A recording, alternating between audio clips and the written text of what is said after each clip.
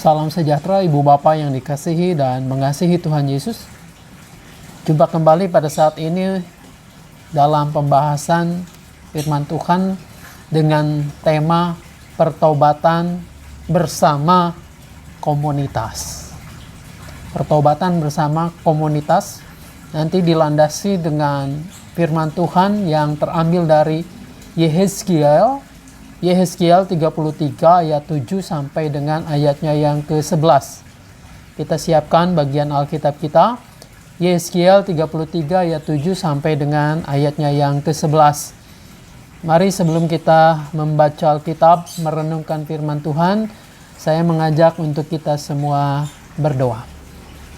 Bapa di dalam surga, terima kasih untuk setiap kesempatan yang boleh Engkau berikan buat kami semua untuk dapat memahami, merenungkan bagian firman-Mu.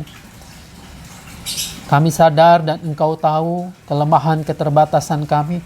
Namun biarlah keterbatasan kami tidak menghalangi maksud dan kehendak Bapa untuk dapat kami mengerti. Hamba-Mu yang dipercayakan untuk menguraikan, menyampaikannya, Tuhan juga yang menolongnya, sehingga apa yang disampaikan sesuai dengan apa yang Engkau inginkan untuk konteks kami kini dan di sini. Bapa di surga, bersabdalah sebab kami mau menyimak, memperhatikannya. Dalam nama Tuhan kami Yesus Kristus kami berdoa kepada Bapa di surga. Saudara-saudara, saya akan membacakan bagian firman Tuhan untuk kita semua, yaitu Yehezkiel 33 ayat 7 sampai dengan ayatnya yang ke-11 demikian. Dan engkau, anak manusia, aku menetapkan engkau menjadi penjaga bagi kaum Israel. Bila mana engkau mendengar sesuatu firman daripadaku, peringatkanlah mereka demi namaku. Kalau aku berfirman kepada orang jahat, hai orang jahat, engkau pasti mati. Dan engkau tidak berkata apa-apa untuk memperingatkan orang jahat itu supaya bertobat dari kehidupannya, orang jahat itu akan mati dalam kesalahannya. Tetapi aku akan menuntut pertanggungjawab atas nyawanya daripadamu. Tetapi jikalau engkau memperingatkan orang jahat itu supaya ia bertobat dari hidupnya, tetapi ia tidak mau bertobat, ia akan mati dalam kesalahannya. Tetapi engkau telah menyelamatkan nyawamu. Dan engkau anak manusia, katakanlah kepada kaum Israel, kamu berkata begini, pelanggaran kami dan dosa kami sudah tertanggung atas kami, dan karena itu kami hancur. Bagaimanakah kami dapat tetap hidup? Katakanlah kepada mereka, demi aku yang hidup, demikianlah firman Tuhan Allah, aku tidak akan berkenan kepada kematian orang fasik, melainkan aku berkenan kepada pertobatan orang fasik itu dari kelakuannya, supaya ia hidup. Bertobatlah dari hidupmu yang jahat itu. Mengapakah kamu akan mati, hai kaum Israel? Sampai di sana, yang berbahagia setiap kita yang mau mendengar firman Allah, memelihara tentu dengan melakukannya. Haleluya. Pertobatan bersama komunitas. Ibu Bapak yang dikasihi dan mengasihi Tuhan Yesus. Apa sih sebenarnya yang dimaksud dengan bertobat itu? Kadang orang seringkali memikirkan atau beranggapan bahwa bertobat itu adalah berhenti dari melakukan sesuatu yang dapat mencelakakan dirinya. Berhenti dari perbuatan-perbuatan yang membuat dirinya menderita. Kalau sampai di sana, ini baru setengah dari pertobatan. Kalau hanya sekedar berhenti karena takut, karena penderitaan yang disebabkan oleh apa yang dilakukannya, Ini yang dinamakan kapok. Kalau saya makan sambal, lalu kemudian makan dengan banyak sambal itu, lalu perut saya terasa sakit, panas, lalu buang-buang air, saya mengatakan, aduh, saya taubat, tidak akan makan sambal lagi. Saya kapok. Nah, saudara-saudara, berhentinya beberapa saat saya makan sambal itu namanya kapok. Karena ada sesuatu yang harus saya tanggung. Perut jadi sakit, panas, lalu kemudian buang-buang air dan tidak nyaman. Tapi kapok itu biasanya umurnya nggak panjang juga. Beberapa hari, beberapa minggu kemudian, ya ketika saya melihat dan tertarik lagi, tergiur lagi oleh hidangan, ada sambal, ada pete bakar di sana, lalu ada lalapan, saya makan lagi. Saudara-saudara, bukan itu. Ada orang yang mengatakan bahwa saya kapok, saya bertobat, tidak mau merokok lagi. Oleh karena saya harus menanggung sebabnya, yaitu sakit, penderitaan, biayanya mahal, dan seterusnya. Lalu ada orang kemudian merasa bahwa dirinya, oh, saya bertobat dari kehidupan saya, dari masa-masa yang tidak menyenangkan, dari mengkonsumsi misalnya narkoba. Oleh karena setelah itu saya harus membayar mahal, ditangkap polisi, harus menjalani rehabilitasi dan lain sebagainya, biayanya tentu mahal. Lalu kemudian setelah itu saya mengatakan, atau orang itu mengatakan, sudah, saya cukup berhenti di sini. Ini namanya sebenarnya adalah kapok. Dan kemudian berhenti melakukan apa yang dianggap merugikan. Bertobat lebih dari itu. Bahasa Yunani untuk bertobat itu disebutkan metanoia. Berhenti melakukan sesuatu dengan kesadaran bahwa apa yang saya lakukan selama ini tidak memuliakan Tuhan, bertentangan dengan kehendaknya, lalu juga merugikan sesama dan seterusnya. Dan tidak hanya stop berhenti di situ, tetapi saya akan memperbaiki apa yang keliru, apa yang salah itu, berbalik kepada Allah, berbalik lalu melakukan apa yang dikehendakinya. Memperbaiki yang salah, kembali kepada Allah, kembali belajar melakukan apa yang dikehendakinya. Jadi tidak hanya cukup berhenti.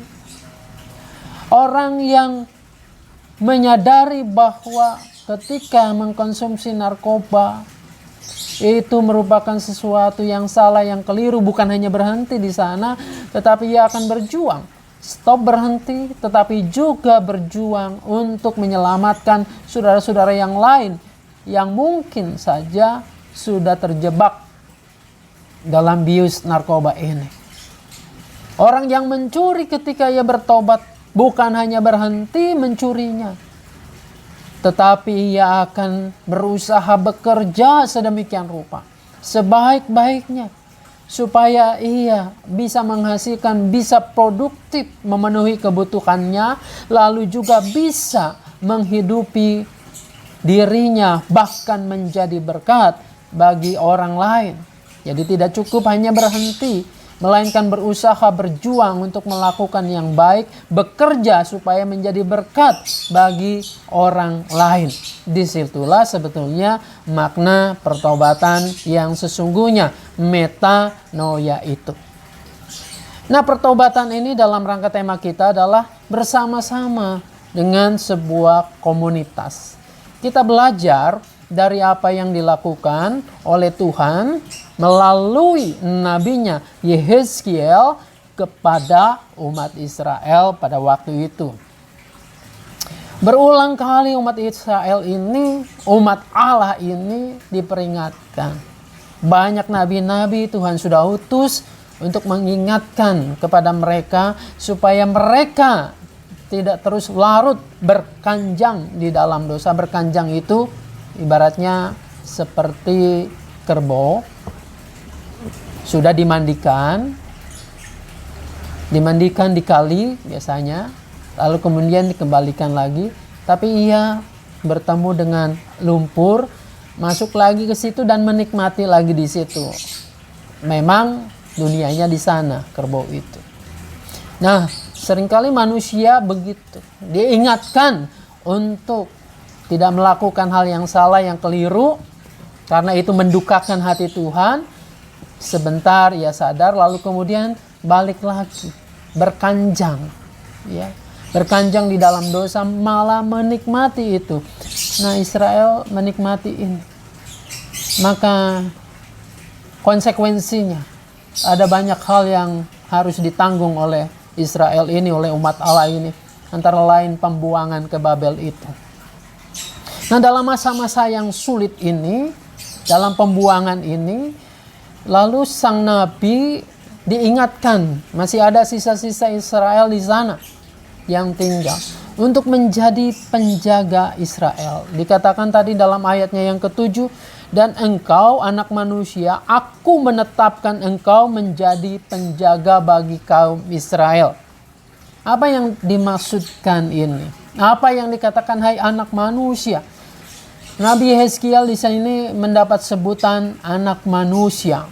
Saudara-saudara, sebutan anak manusia ini memang lazim yang dikenakan kepada utusan atau bagi utusan Allah sendiri.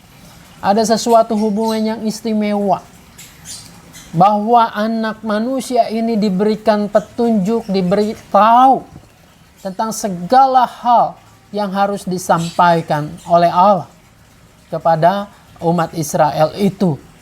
Jadi ada sesuatu yang khusus dari Yehezkiel. Ia disapa sebagai anak manusia, tugasnya adalah menjadi penjaga Israel. Apa itu penjaga Israel yang dimaksudkan? Saudara-saudara, kalau kita membaca ke atas lagi ayat pertama sampai dengan ayatnya yang ke-6, di sana dijelaskan apa artinya penjaga itu. Ini diambil dari konteks pada masa itu, yaitu pada masa-masa peperangan.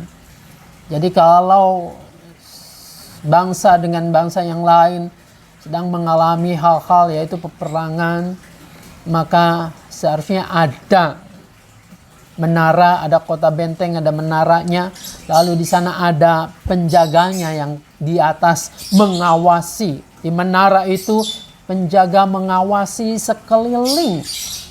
sekeliling kota benteng itu. Nah, ketika ada tanda-tanda kemunculan musuh mereka, musuh yang akan menyerang, maka si penjaga ini segera akan memberitahu kepada yang lain, kepada pasukannya untuk bersiap siaga. Kita diserang, mari kita siapkan diri untuk membangun pertahanan, untuk melawan musuh ini. Nah, fungsi penjaga di sini tentu sangat vital. Kalau penjaga ini ketiduran, penjaga ini lalai, penjaga ini tidak memberitahu apa yang sedang terjadi, ancaman yang sedang terjadi ini, maka habislah seluruh kota itu, seluruh komunitas itu. Nah, saudara-saudara, berangkat dari sinilah, dari konteks peperangan inilah, kemudian Yehezkiel diangkat Tuhan menjadi penjaga. Penjaga bukan hanya secara fisik, tetapi penjaga secara spiritual. Apa fungsinya?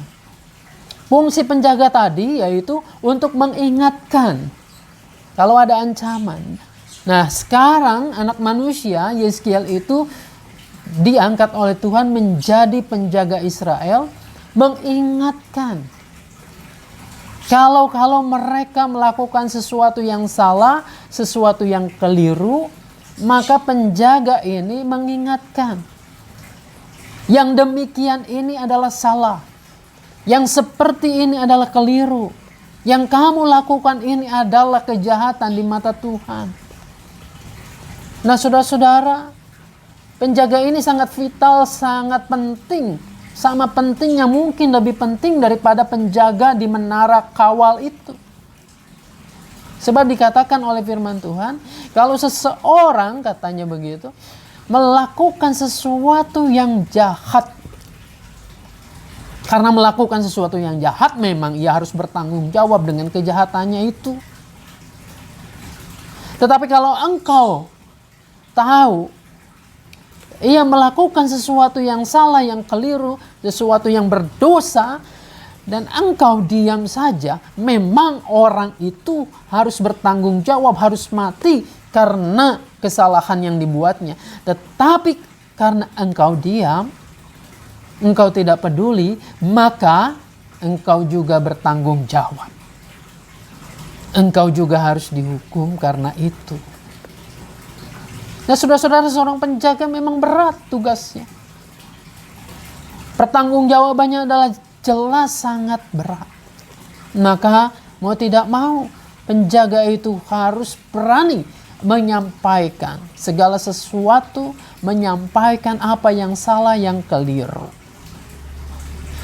Saudara-saudara, lain halnya ketika penjaga ini sudah mengingatkan, memperingatkan, memberitahu bahwa apa yang kamu lakukan itu adalah hal yang keliru, yang salah, yang berdosa di mata Tuhan, tapi orang yang diingatkan itu tetap saja melakukan apa yang keliru itu, maka memang orang itu harus dihukum, orang itu harus mati, tetapi kamu bebas dari hukuman itu karena kamu sudah memberitahu. Saudara-saudara, sungguh tidak mudah, terlebih pada zaman sekarang ini, untuk mengingatkan teman-teman kita, saudara-saudara kita, yang mungkin keliru dan melakukan perbuatan yang salah, perbuatan dosa itu. Barangkali kita akan dikatakan, oh kamu kepo amat sih. Ini kan urusan pribadi saya, dosa-dosa saya. Kenapa kamu ikut campur dengan urusan saya? Nah, saudara-saudara, memang ini tugas yang tidak mudah, tugas yang berat. Sama, dulu juga Yehezkiel tidak mudah dengan tugas-tugas ini. Maka ia juga sering berhadapan dengan ancaman, dengan tantangan, dengan ketidaksukaan. Tetapi disinilah sebenarnya kehidupan di dalam komunitas itu, dalam persekutuan orang percaya. Kenapa? Karena Tuhan tidak menginginkan ada orang yang binasa karena dosanya. Saudara-saudara, mungkin orang akan merasa nyaman, oh saya sebagai orang pilihan, umat pilihan Tuhan, pasti saya akan selamat. Kalau kita baca secara keseluruhan pasal 33 ini, justru orang yang merasa nyaman itu yang kemudian akhirnya ia akan mengalami celaka. Orang yang merasa tentram bahwa dirinya selamat lalu ia tidak melakukan apa-apa, tidak berbuat sesuatu yang diinginkan oleh Tuhan, akibatnya ia mengalami penghukuman. Nah, kembali saudara-saudara, menjadi penjaga itu memang tidak mudah. Nah, minimal kita sebagai penjaga itu harus mempunyai apa yang namanya integritas. Seseorang yang dipercayakan oleh Tuhan untuk mengingatkan saudara-saudaranya yang melakukan salah, yang berbuat dosa, maka minimal ia pun harus hidup sesuai dengan firman Tuhan. Kita seringkali gagal mengingatkan orang lain, mengingatkan anggota komunitas persekutuan kita untuk bertobat. Kita tidak berdaya oleh karena kita pun seringkali melakukan kesalahan yang sama. Sehingga orang akan dengan mudah mengatakan, jangan coba-coba menasihati saya, mengingatkan saya. Kamu sendiri juga belum benar kamu sendiri juga melakukan dosa yang sama. Nah, saudara-saudara, disinilah sebenarnya kalau meminjam dari konteks Yehezkiel dan engkau anak manusia, ya berarti hidup kita harus punya kualitas, tanda petik, anak manusia itu. Kualitas di mana kita punya hubungan antar kita dengan Bapa, dengan Allah Bapa itu yang baik. Sehingga hubungan relasi yang baik ini akan menghasilkan kehidupan iman yang baik. Akan menghasilkan iman yang punya integritas. Satunya kata dengan perbuatan. Saudara-saudara, periksalah juga diri kita masing-masing. Apakah selama ini kita telah bisa dan memenuhi kualifikasi sebagai orang yang punya integritas? Satunya kata dengan perbuatan kita. Ketika kita mengatakan kita harus jujur, dapat dipercaya. Ketika kita harus mengatakan bahwa harus mengampuni, mengasihi, apakah itu juga yang orang kenal, orang tahu dalam segala tingkah laku kita? Nah, kalau kita tidak punya integritas, artinya apa yang kita ucapkan beda dengan apa yang kita lakukan, maka akan sia-sia kita menegur, menjadi penjaga bagi teman, bagi sesama kita. Nah, saudara-saudara, hidup dalam komunitas itu menuntut kita untuk lebih dahulu memberi contoh yang baik, untuk lebih dahulu memperagakan apa itu integritas, apa itu hidup beriman. Nah, ketika kita memenuhi kualifikasi ini, maka untuk menasehati, menegur, mengajak orang kembali kepada apa yang diinginkan oleh Tuhan, itu bukan perkara yang sulit. Meskipun kita tahu mungkin ujung-ujungnya kita akan tidak disukai, mungkin kita akan dibenci. Saya seringkali mengingatkan, menegur ketika ada teman, ada jemaat yang melakukan hal-hal yang nampaknya memang kasat mata tidak baik. Tapi apa yang terjadi? Saudara-saudara, alih-alih terima kasih, maka seringkali dimusuhi, seringkali tidak disukai. Mungkin kalau saya pendeta, orang itu gak mau ke gereja tempat saya melayani. Gereja banyak, dan mereka memilih gereja yang nyaman. Saudara-saudara, tidak mengapa kalaupun itu terjadi. Ketika saya dalam melakukan tugas ini, mengingatkan sesama kita, lalu kemudian dibenci, tidak disukai. Nah, Tuhan mengatakan bahwa kamu sudah menyelamatkan minimal dirimu, melakukan tugas dan fungsinya. Tetapi kalau kita justru diam saja, berarti kita menyetujui orang itu. Ingat, ada banyak ujaran atau pepatah yang mengatakan kejahatan ini bukannya bertambah banyak. Kejahatan ini terjadi oleh karena orang-orang benar diam, orang-orang benar itu bungkam, orang-orang benar tidak mau tahu kehidupan dengan yang lain. Padahal kalau saja kejahatan ini terus-menerus dibiarkan, tidak ada orang yang tergerak untuk menegur, untuk memperbaiki, maka apa yang terjadi? Dunia ini akan cepat berakhir, akan cepat hancur. Oleh karena keserakahan, oleh karena dosa-dosa manusia yang tidak ada orang yang berani untuk mengingatkannya. Saudara-saudara, kita dipanggil sama seperti Yehezkiel dalam kehidupan komunitas kita untuk saling menjagain, untuk saling mengingatkan, untuk saling menegur. Nah, tentu saja ini semua dilakukan dalam kerangka cinta kasih, bukan bukan sekali-kali untuk menjatuhkan, bukan untuk mempermalukan orang yang melakukan perbuatan salah jahat itu, bukan untuk menelanjangi, untuk mengatakan kepada dunia bahwa ia salah, ia keliru, lalu kita yang paling benar dan orang memuji bahwa kitalah yang paling saleh dan lain sebagainya. Bukan itu. Tapi sebagaimana kerangka ini adalah berpijak pada Allah yang mengasihi. Bahwa Allah yang tidak menginginkan satu orang berdosa pun binasa.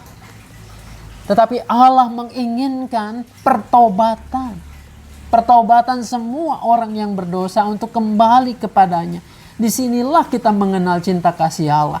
Bahwa ia tidak menginginkan ada satupun orang yang harus dihukum, harus binasa karena dosanya. Maka tugas Anda dan saya adalah untuk membagikan cinta kasih Allah ini. Untuk menjaga, untuk mengembalikan orang, untuk bertobat. Bertobat bersama-sama dengan komunitas. Biarlah Tuhan menolong, memberkati kita semua. Amin. Mari kita satukan hati, kita berdoa. Bapa di sorga, kalau kami menilik diri kami sendiri, siapalah kami ini? Namun kami bersyukur bahwa Engkau berkenan untuk memakai kami sebagai rekan kerjamu, untuk saling mengingatkan, menegur, untuk saling berbagi, sehingga tidak ada satupun di antara kami yang terus hidup berkanjang di dalam dosa. Tugas ini tidak mudah, tetapi biarlah kasih Tuhan, kekuatan yang dari Tuhan menolong kami semua. Bapa, kami serahkan juga pergumulan-pergumulan setiap kami masing-masing. Tuhan yang menolong setiap kami untuk dapat mengatasi pergumulan kami. Entah itu ekonomi, keuangan, entah itu hubungan kami dalam keluarga kami, entah itu sakit penyakit, kesehatan kami. Kami yakin dan percaya bahwa Tuhan tidak pernah meninggalkan kami. Engkau yang senantiasa menolong, menyertai kami.